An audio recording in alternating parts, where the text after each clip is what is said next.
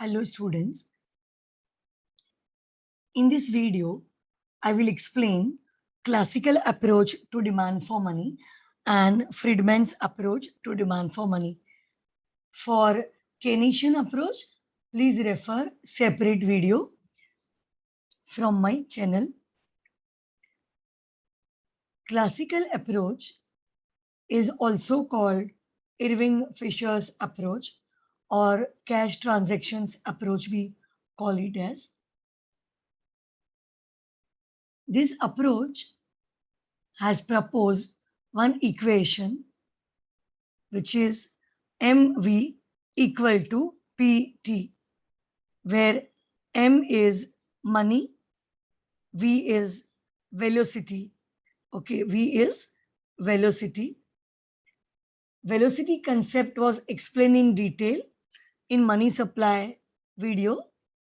We just say here to revise, velocity is speed of circulation of money or number of times money changes hand. P is price level and T is volume of transactions.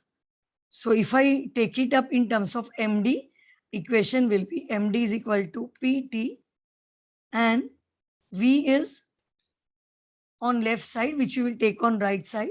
So PT divided by V. It will be in division now. So PT divided by V.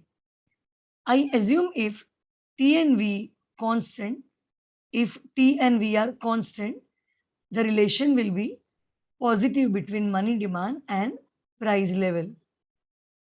Okay, so price level will rise when money demand will rise with that.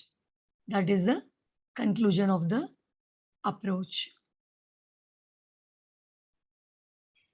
In classical theory, demand for money had no choice for people. So money demand was equal to PT by V. Whatever are values of these variables, that will decide and determine money demand. So it was like what people have to hold. Okay, they have no choice. So demand for money is what people have to hold. In Friedman's approach, people have choice and their money demand is dependent upon various factors. Friedman has divided money demand by two groups. So there are two groups of holders of money: ultimate wealth holders, which is actually household class, and business enterprises.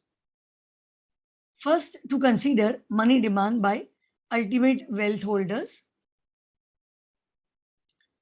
In real terms, it is considered. So M by P. We are dividing that by price level, money ko. Matlab, we are converting that into real terms.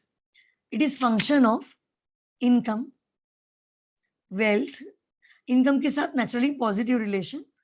Wealth, human and non-human wealth. Non-human wealth, physical assets under ownership of individual. And human wealth is dependent upon health, education. So it is expected earnings actually. Rate of return on money, no returns if you are holding cash at home, but if it is with bank, some interest will be earned. Rate of return on bonds and equities, RB and RE. So what are returns which is generated by money, bonds, equities? Accordingly, individual will decide how much to keep in liquid form. GP is expected inflation rate. It is delta P by P, expected inflation. If you expect price to rise of certain good, how do we behave? If we think that commodity X is going to become costly next month, we decide to convert money into goods now. Correct? We decide to convert that into goods. So we decide to hold goods instead of money. And in case if we expect price will decrease, So what individuals will do? If price is expected to decline, they will hold more cash. Only what is required, that much commodity will be purchased. And they will wait for price to really decrease. That time they will purchase. So आज क्या कर रहे हैं? They are holding money. And U is institutional factors, policy process में जो आएगा. So these variables will decide what will be money, what amount of money will be demanded. For business firm, money demand function is different than individual. For them, total wealth is not main consideration. They are also not dividing their wealth into human and non-human wealth.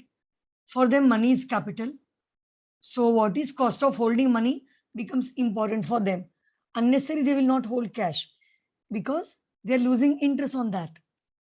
So naturally, because of that, money demand function will differ for business firms.